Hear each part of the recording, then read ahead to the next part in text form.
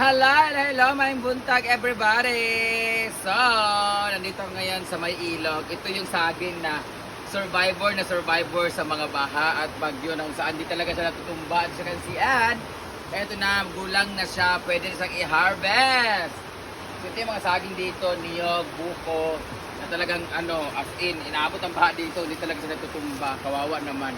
But na, kailangan taasan, di ba? Pero,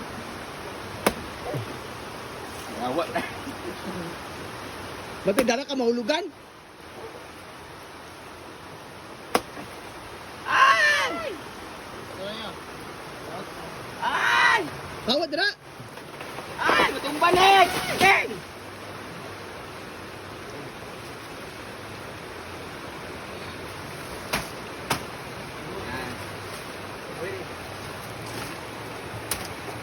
Ah.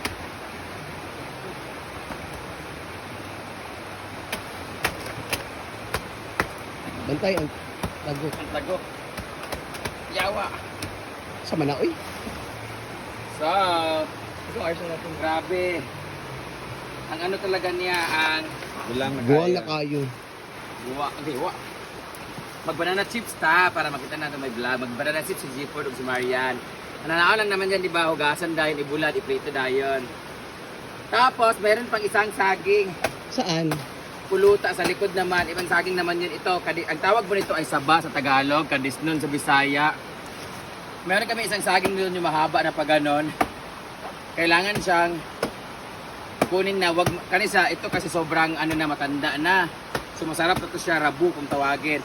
Pero doon, bawal siyang harvestin ng matanda na kasi maasim na siya. So dapat dili. Ay, awa! Malabig pa. Dapat hindi na siya papatandain.